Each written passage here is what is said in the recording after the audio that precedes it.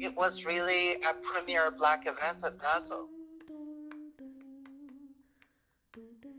The aesthetics of cool came off really nicely too, because it was like a powerful little show.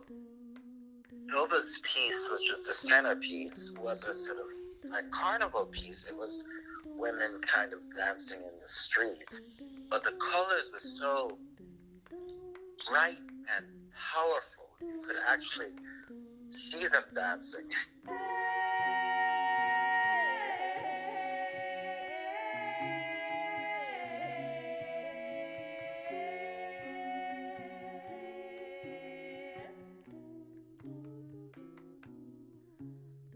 The Art Deco people were really happy with it, so they know they want to work with me, which is good. The opportunity came up because Glendon Hall, who's an associate of mine, he lives on the beach. Very dynamic brother, went to Morehouse and Duke MBA. He actually arranged a meeting with them because he considered them to be an ally. Glenn a dear friend. We've known each other for many, many years. My name is Glenn Hall. I'm the chair of the Black Affairs Advisory on Miami Beach. We were created because there was issues, dead spots, different perspectives that weren't being presented at the city. And as almost a 20-year resident, I wanted to make sure that happened. The Deco Museum was looking for an opportunity to kind of clean up the bad reputation that the leadership on the beach has in dealing with Black people. Folks bring a lot of money to the beach, you know what I mean? So they need to be treated with much more respect.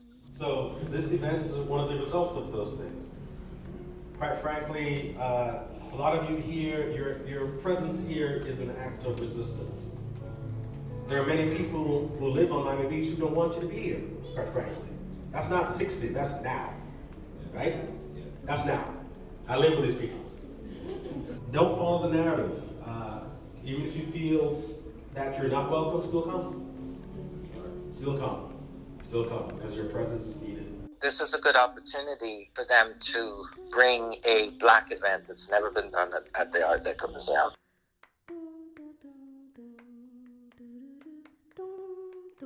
Julie Walker, who I've worked with, came in this year again to give us a quick overview of the Black presence at Basel, and I think she did an excellent job.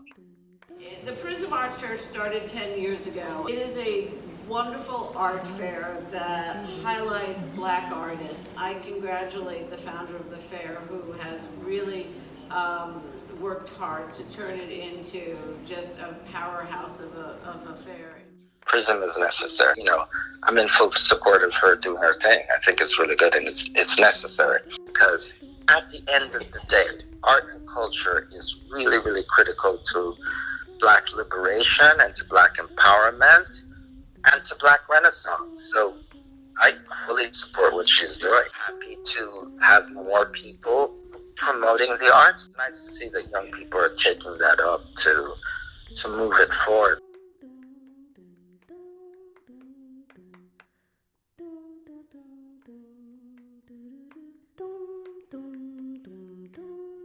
This artist was born in Nigeria, and that's where he still lives and works, and he's a member of the Youth Art Empowerment Program in Lagos.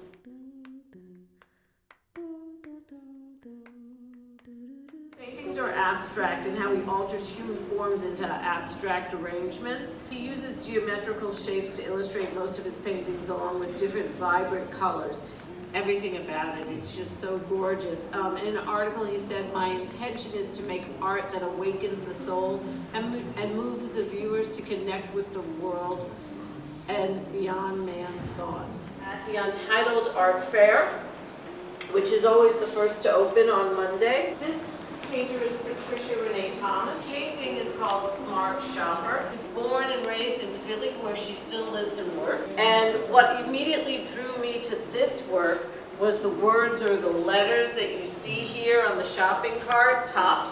That's the grocery store in Buffalo where the mass shooting happened of Black people by a white gunman. I got to meet her at the fair, and she affirmed my thoughts that it was her representation of that shooting in this painting. Her art revolves around personal experiences, not that she was there, but something that has meaning for her. She camouflages herself in the green leaves. She tells me her relationship with public spaces can be stressful, but she loves color, and you can see that in her mixed media artwork. And this piece sold to a collector from New York. It was roughly $18,000. Hello, I'm Kelly Baker, and I did work with Mr. Bailey for the Black Art Yacht experience that we had Thursday.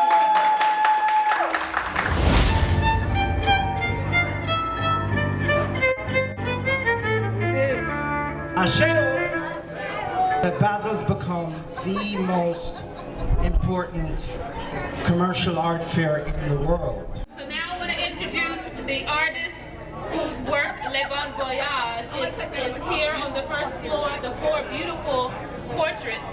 It's Tabi Bonney.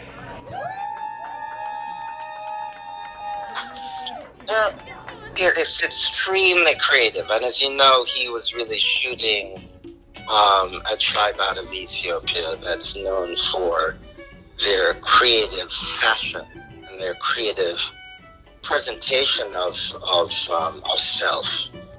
The pieces that we had, well, what I selected were just so rich in color, authentic and organic, African, aesthetic ideas that are not mainstream.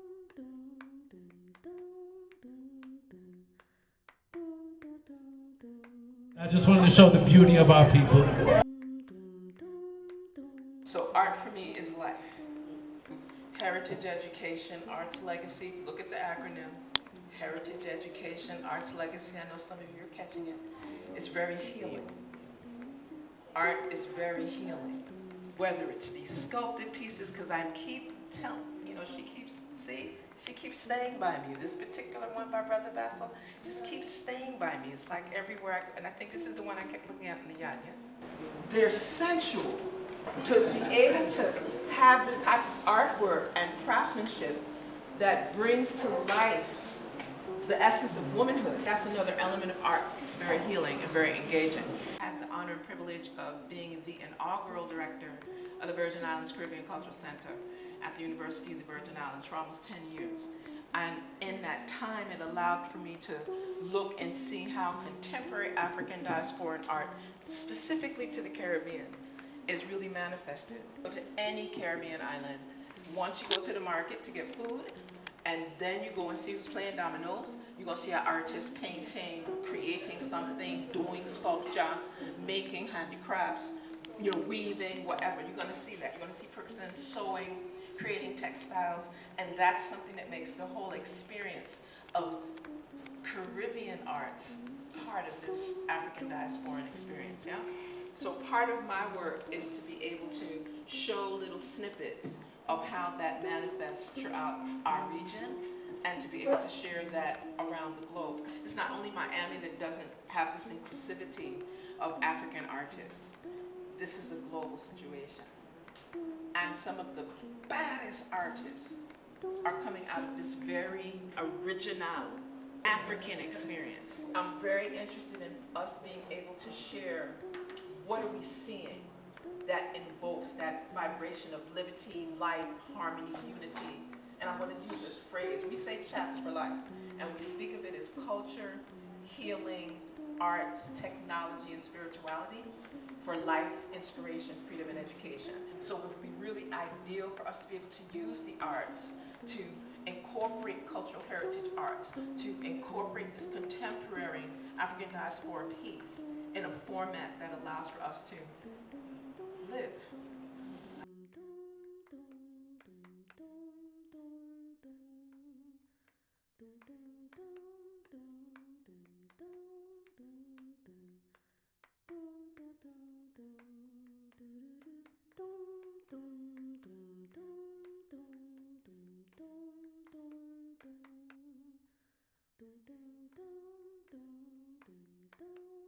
My name is Jomo Tariku. I'm an industrial designer.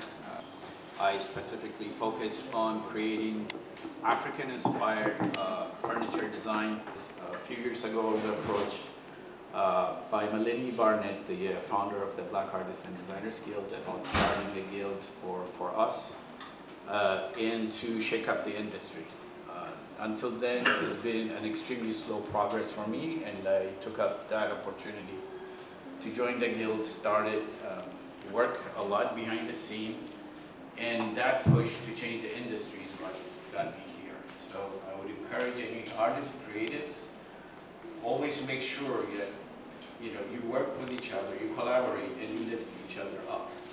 We artists, unfortunately, tend to be all about us. I think we need to knock that off. It's be about raising the tide together.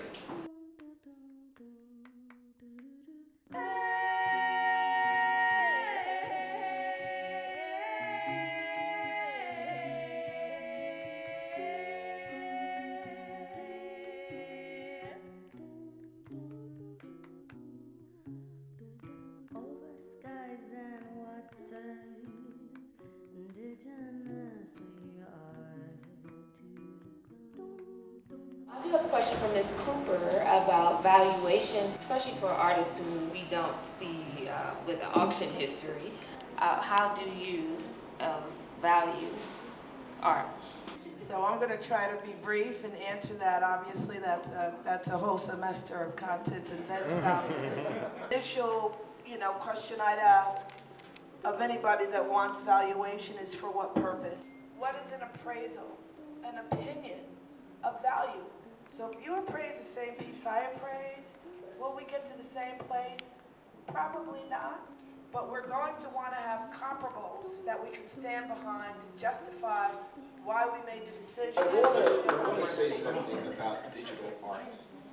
And whether it's tied to NFTs, you can maintain the value for the artist is an end. But there's a greater end. And that is educating the world about who we are.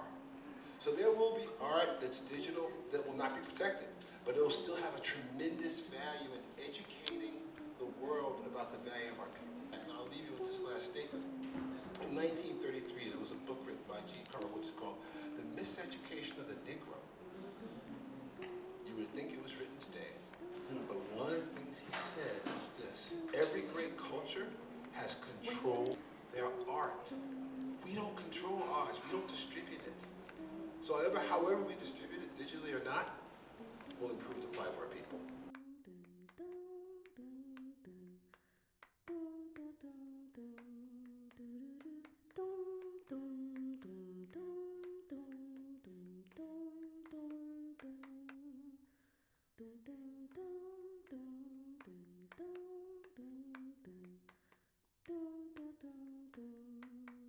So what I could say about the metaverse in a broad term is it's basically like a parallel digital space that's a simulation of the Earth, if we put it in a broad term.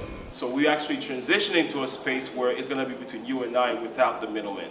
And that's one of the reasons why it's so hard to actually get implemented, especially in the US, because the middleman has all the power, they have all the power, so they're fighting that tooth and nail. But you can't stop technology, so. Dominican American. I love her work. She's just into swag. She is one of the... And I applied to New World School of the Arts, which is one of the top art schools here in Florida. And that's where I got my passion for creating figures and really representing people that aren't shown in places where they should be shown because of the history that we're taught. Even in art school, we're only taught the European view of what good art looks like. Because I made it a mission to teach. And teaching at Nova, my mission is to put what the real art world looks like with all kinds of cultures within art history.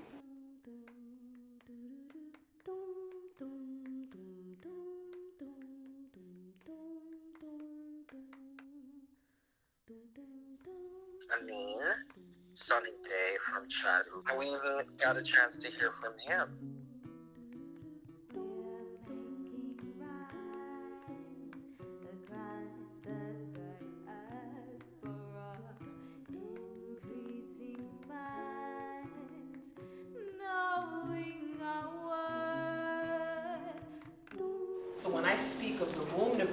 I'm speaking of it not just from a woman's space, but I'm speaking of that whole loving vibration that can undo all this hate and warfare that exists on the planet. I hope you enjoyed the event. Continue to support CADA.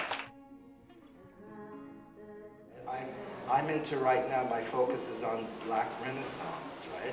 What does that mean? I'm not interested in nationality. I'm really interested in spirituality. And for me, the goal is to really get at a point where I am connected to divine resources in a way that what I think becomes reality. What I speak becomes reality. Who I am is a representation of the highest form of life in the universe.